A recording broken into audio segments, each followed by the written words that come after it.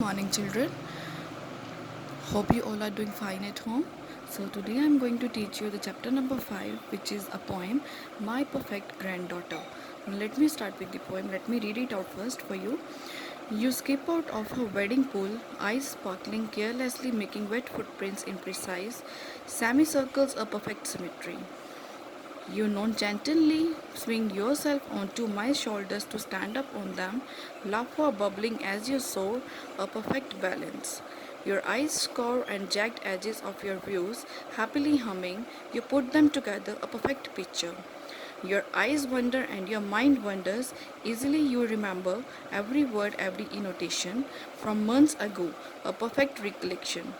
Absent mindedly, you sing a song in a foreign language, every note in its place, a perfect melody.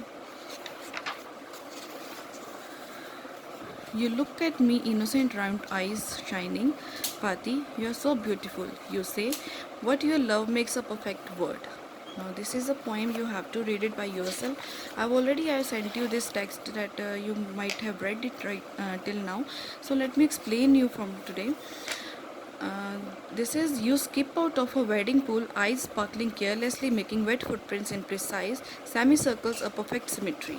Now here the name of the poem is My Perfect Granddaughter. Now here the grandmother is talking about her granddaughter.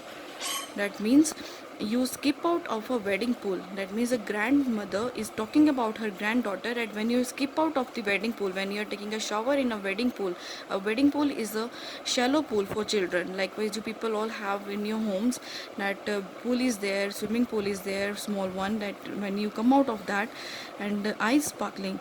Evenly, then when you come out of, like when you take a good shower in a pool, and when you come out of that, your eyes sparkle, your eyes shine. Similarly, when the girl was coming out, when the girl came out from the wedding pool, that means a pool for children, and her eyes were sparkling, her eyes were shining, carelessly making wet footprints imprecise. Now when she was moving, likewise at your home, when you move, when you come out of your pools, you start moving with the wet feet, like, and you never dried them up when you come out of the pool. Similar way, the girl was also having a wet footprint, she was also having a wet foot, so she was making a footprints in precise means exact.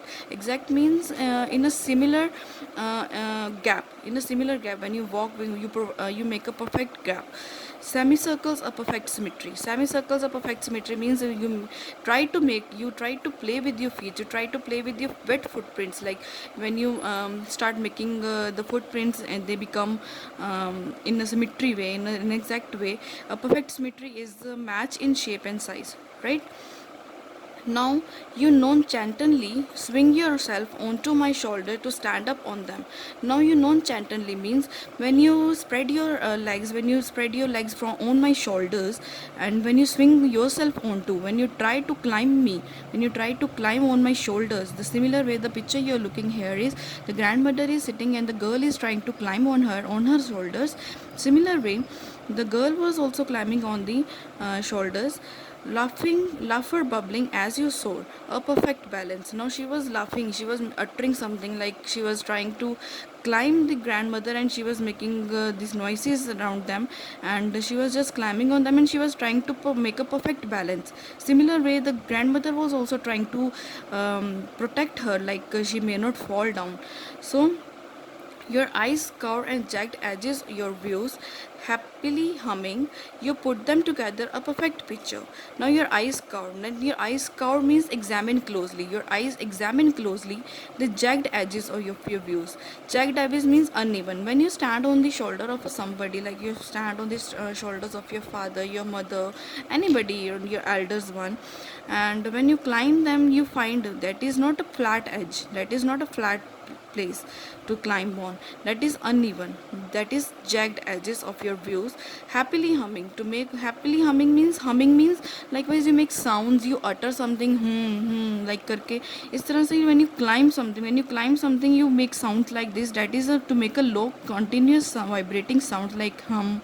When you do hard work, when you try to do something which is not in your reach, but you still do it, so you make sounds, so you put them together, a perfect picture. Now she is saying when we are together, we make a perfect picture.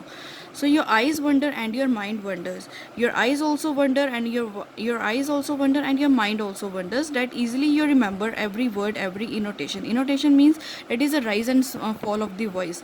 Likewise, when you speak loudly sometimes, and when in the same the process, like when you're speaking loudly something, and in the same line you start speaking slowly. When I'm speaking loudly in the same voice, I'm speaking slowly in the same voice. ठीक है, इसी तरह से then that is called an intonation. So from months ago a perfect recollection. Recollection means remembering something. ठीक है, from months ago perfect recollection means they are collecting, these are the memories we are they are collecting together, grandmother and granddaughter, these are the memories they are collecting. So absent-mindedly you sing a song in a foreign language. Now foreign language here stands for, like when we are staying in India, our mother tongue is Hindi. If we are speaking in the English, that is a foreign language for us. ठीक है.